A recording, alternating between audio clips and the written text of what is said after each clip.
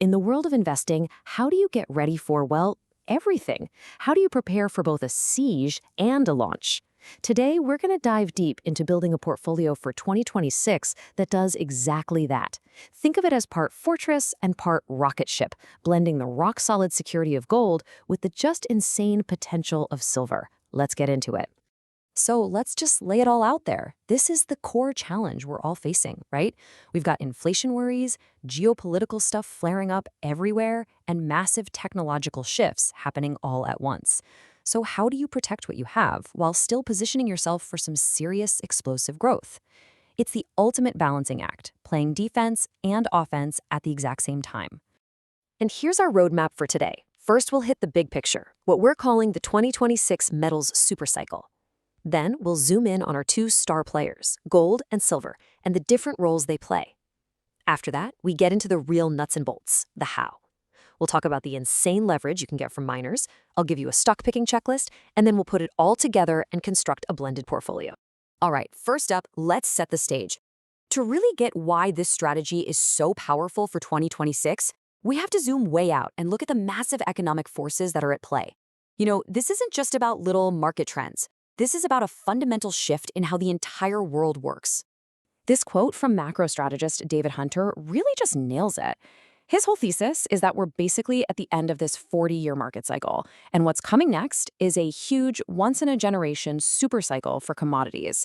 So think of it like a global reindustrialization that is going to demand an absolutely incredible amount of raw materials. Now, the key thing here is that these forces aren't happening one by one.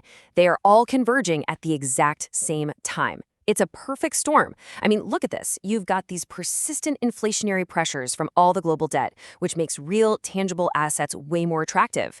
You've got geopolitical instability pushing people towards safety. You've got this massive industrial reshoring trend that needs a ton of commodities to rebuild supply chains. And smack dab in the middle of all of it, a structural supply deficit in silver, which, by the way, the Silver Institute says is now in its 6th straight year. These things are all feeding off each other. So we get the why behind hard assets now. Let's dig into the what. Our entire strategy is built on two specific metals, the king, gold, and its much more volatile cousin, silver. And they each play a totally distinct but complementary role in our portfolio. We call this the barbell strategy, and you can see it right here. On one end of the barbell, you've got your anchor, gold. It's your classic safe haven, right? It gives you stability when the markets go crazy. It's the defensive core of the whole operation. And then on the other end, you have the rocket fuel, silver. As analysts have famously called it, silver is gold on steroids. It is your accelerator for explosive, face-melting growth. And this chart, this shows exactly why silver has that kind of explosive potential. It's because it has this dual identity. You can see here, about 45% of its demand is monetary. That's investors treating it like gold, a store of value. But more than half, 55%, is industrial. And we're not talking about just any old industry. We're talking about the most critical growth sectors of our time: AI data centers, electric vehicles, solar panels. This industrial backbone gives silver a demand floor that gold just doesn't have. So how do we actually track this accelerator phase in real time? Well, the key metric to watch is the gold to silver ratio. It's simple. It just tells you how many ounces of silver it takes to buy 1 ounce of gold. As this chart shows, it peaked way up at 120 to 1 back in 2025. That meant gold was incredibly expensive compared to silver. But since then, it has just collapsed down to a 15-year low. And what that tells us is that silver has been dramatically outperforming gold. And a lot of analysts think it still has a long, long way to run to get back to historical norms. Okay, so we've got the big macro story. And we've picked our metals, but how do we amplify our returns? How do we really get the most bang for our buck here? The answer isn't just buying the physical metal. No, it's investing in the companies that dig it out of the ground. That is where you find some truly incredible leverage.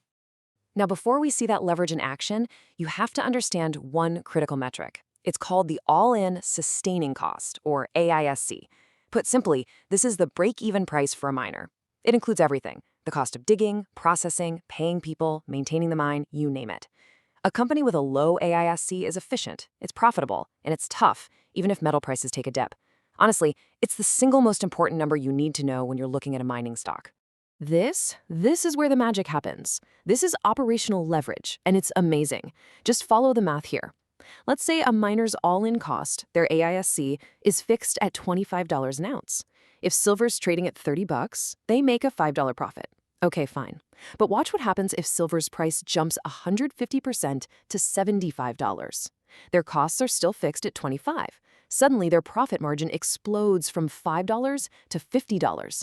That is a 1,000% increase in profit from just a 150% move in the metal. This is the leverage multiplier, and it's why these mining stocks can deliver such mind-blowing returns in a bull market.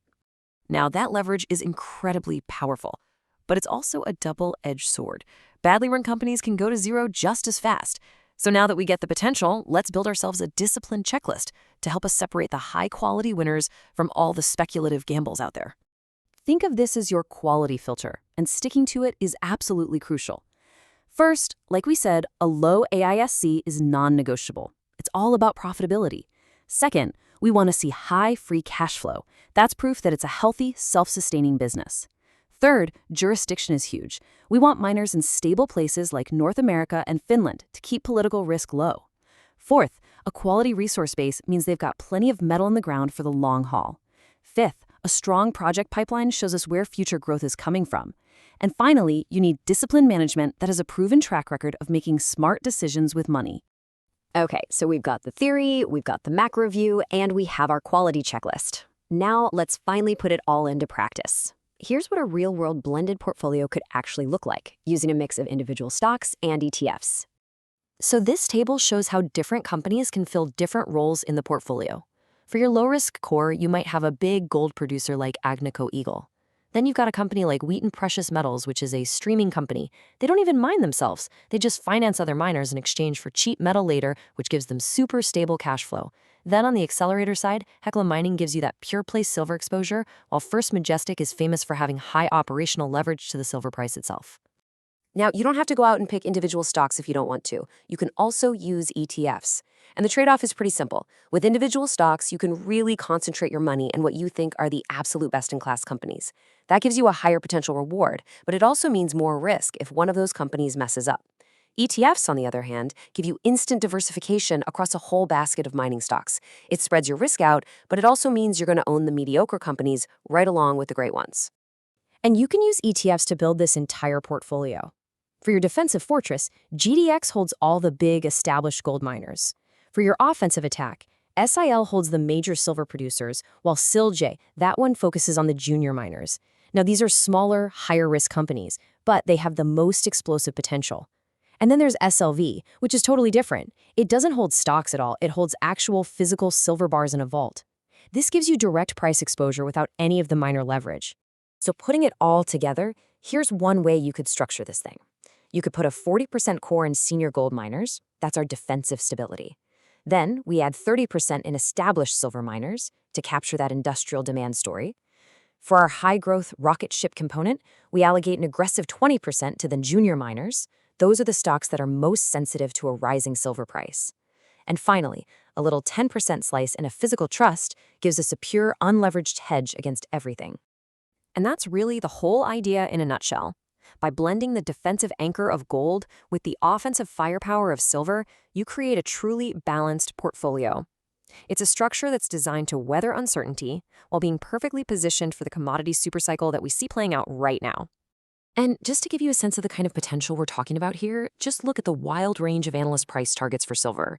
You've got conservative cases down around 80 bucks, but then you have respected strategists calling for 180, 250, even over $300 an ounce, all driven by that gold to silver ratio getting squeezed.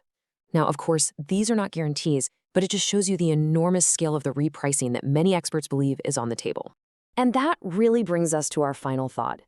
We've built this balanced strategy all around silver's dual nature. But the future will likely be driven by one of those forces more than the other. So which is it going to be?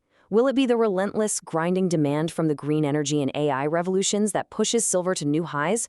Or will it be a full-blown crisis of confidence in our currencies that causes a panicked rush into monetary metals?